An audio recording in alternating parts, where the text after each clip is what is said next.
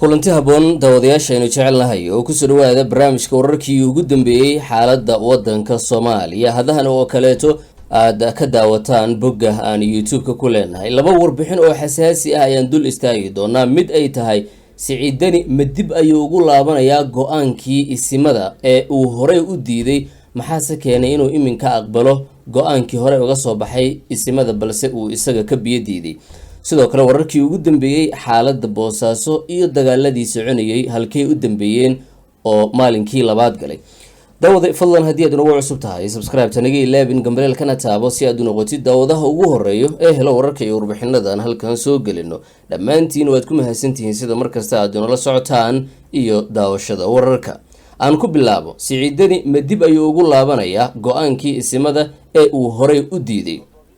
27 maalmood oo labada dhinac ay is hor joogeen wada hadalka iyo waantu shaqeyn weeday ayaa faraha la isa saaray Puntland ciidanka dawladda ayaa weerar ku ekeeyay fariisimaha PSF dagaal qaatay 2 maalin wax horumar ah labada dhinac kama sameeynin dhimasho badan dhaawac iyo barakac shacab ayaa ka dhashay dariiq kasta oo kamid ah magaalada Boosaaso waxa yaala raadka dagaalka in badan oo kamid ah guryaha magaalada Boosaasana tacsida iyo geerida ayaa gaartay magaaladii camirneed ayaa laga barakacay ganacsiga irdaha ayaa loo laabay waxbarashada ha sheegin cisbitaaladu waxa ay martigeliyeen dhaawac aanay hore u arag oo mardhow soo mara Boosaaso 48 saac oo cududda iyo muruqa la tuujiyay ayaa lagu kala calaf qaaday labada dhinac hadda miiska wada xaajoodyada ayay ogolaadeen ciidanka dawladda dhankooda ayaa la xaqiijinayaa in qasaaro badan uu soo gaaray sida aan warbixinteennii hore ku sheegnay waqtiga iyo xabadda ayaa xalka keeni doona marka dhiigbaxa dhaqaale darrida iyo tamar la'aan dhinacyadu ay isku warsadaan tii ayay maanta tagtay kadib markii wasiirka amniga ee Puntland uu si kadisa ugu dhawaaqay xabad joojin degdeg ah oo ku wajahan xaalka Boosaaso galan isagoo oo fasir u raadinaya warkiisa waxa uu sheegay in dhankooda mar walba ay ogolaayeen in aan xabad la ridin balse waxa ay dad badan taasi u arkaan in dawladdu darbiga soo taabatay sida ay xaqiijinayaan waxa ay dawladda ka baxday dhankeeda ilaa iyo 4 isku day oo arintan xal loogu raadinayay isimada dhaqanka gobolka Bari baaqi bulshada rayidka aha isku daygii suldaanka gobolka Sanaag iyo xubno ka tirsan ganacsatada intaas ayaa ka shaqeyn waayay Boosaaso ka hor inta aan baaruud la bilaabin haddase ugu dambeyn dhinacyadu waxa ay garowsadeen in la joogo waqtiga wada hadalka inkasta oo lagu baaqay dadaal xabad joojineed shacabka in loo turo lana wajaho xaqiiqada wada hadalka miiska wada xaajoodyada haddana wali waxa laga cabsi qabaa in labada dhinacba aysan ka dhameyn karin ballanqaadka ay sameeyeen waxa ay xukuumaddu dhankeeda xoog saartay in maanta la kala baxo galankii hore ha yeeshee taasi waa ay suurtageli weyday kadib markii ay ku guuldareysatay dawladdu la wareegidda xarunta PSF dhanka kaletana laftirkooda guul ma aysan helin sababtuna waa in jidadkooda ay weli go'doon yihiin waxa ayna ku andacoonayaan in dhankooda aysan diyaarba u ahayn inay ka baxaan dhufaysyada ay kaga jiraan xarunta PSF jidka xalinta isimada dhaqanka ayaa hadda dib labada dhinacba ay ugu soo laabteen oo ay miiska wada xaajoodyada u yimaadeen waxay isimada go'aamiyaan ayaana noqon doona meel marka ugu dambeeya ee dhinacyadu ay ku qasbanaan doonaan fulintooda isweydiinta soo degdegaysa isimadu go'aankii ay hore u soo saareen waxaa diiday xukuumadda oo ugu yeertay koox isimo ah hadda go'aan kale oo isimadu gaaraan dawladdu dhankeeda ma ka fuli doona waa su'aal weli jawaab u baahan inkasta oo dadka isha ku haya dagaalada Puntland ay sheegayaan in iminka Siciid Cabdullaahi Dani uu isdhiibay isla mar ahaantaana uu diyaar u yahay wada hadal taasi oo micnaheedu tahay in uu jabin waayay ciidanka PSF oo lagu tilmaamay ciidanka ugu awoodda badan uguna tayada fiican maamulka Puntland isku soo wada duube waxa hadda la filayaa labada dhinac inay miiska wada hadalka isugu yimaadaan miiska wada hadalkana waxa hore u diidnaa xukuumadda uu hogaaminayo Siciid Cabdullaahi Dani barnaamijka wararkii ugu dambeeyay xaaladda wadanka Soomaaliya siiba arrimaha Puntland ayaan daawadayaal ku guda jirnaa markana si guud aan u fiirino saacadihii la soo dhaafay dagaalkii dhacay kii shalay dhacay iyo sidoo kaleeto waxyaabaha iminka ka taagan magaalada Boosaaso daraasaad shacab iyo ciidan ayaa ku dhintay dagaalkii labadii maalin ee lasoo dhaafay ka socday xarunta ganacsiga ee Puntland ee Boosaaso.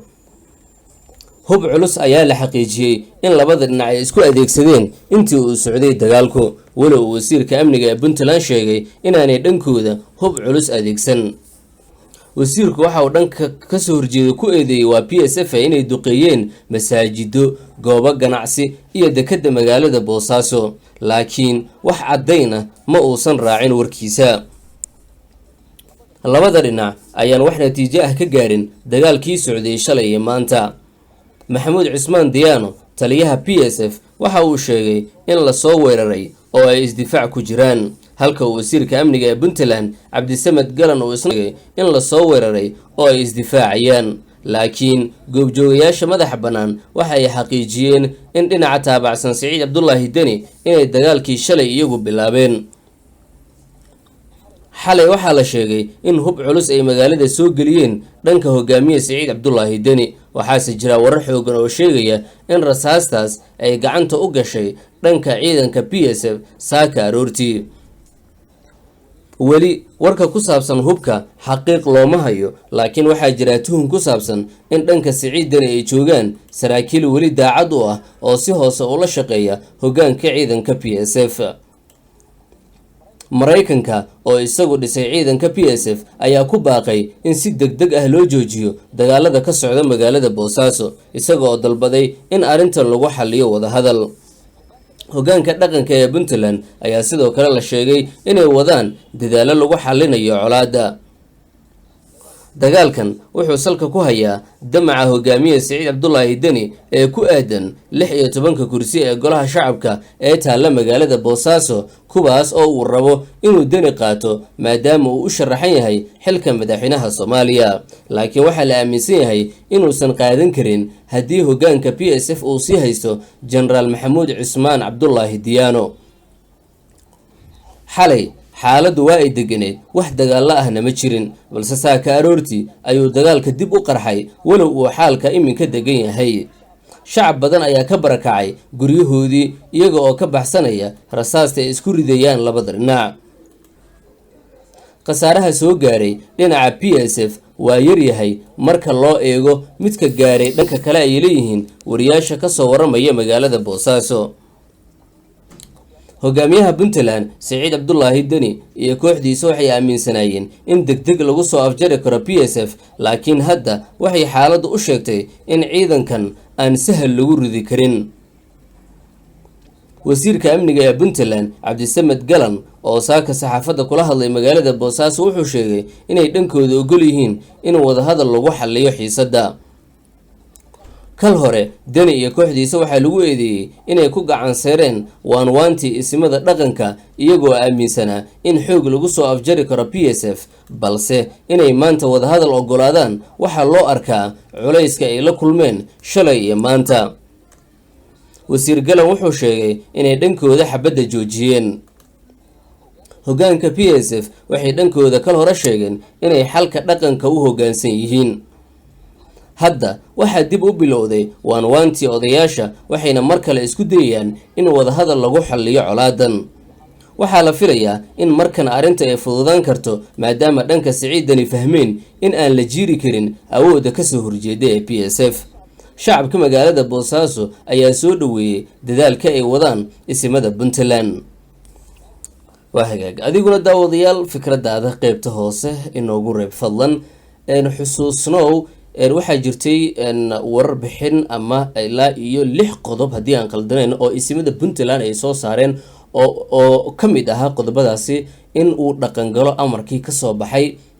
Siciid Cabdullaahi Deni oo xilka looga qaaday Diyaano. hase ahaatee waxaa la sheegay in maadaama ilmo Diyaano in muddo ah ay hayeen xukunka PSF, in Diyaano iyo kooxdiisa ama saraakiisha sarsare ee ciidanka in la siiyo gaadiid iyo hub ay isku ilaaliyaan amni ahaan maadaama xaaladdu ay cakirneed. hase ahaatee qorshayaashaasi oo dhan ayaa waxaa ka hortagay oo diiday inuu aqbalo Siciid Cabdullaahi Deni oo doonayay inuu awood ku soo afmeeri karo PSF oo ah ciidanka ugu tayada fiican maamulka Puntland marka laga hadlayo. Isku soo wada duube hadda waxay u muuqataa inuu aqbalay Siciid Cabdullaahi Deni taasoo ka dhigan in jab uu soo gaaray. fadlan daawada haddii aad nagu cusub tahay subscribe taniga ilaabin warbixino aad xasaasi u ah ayaan idinla wadaagi doonaa oo maamulka Puntland ku saabsan oo falanqeyn iyo warbixino kaleba ay u dheertahay haddii eebba weyne raali uu ka noqdo. intaasi ka hore waa dhammaanteen idin leh nabadi.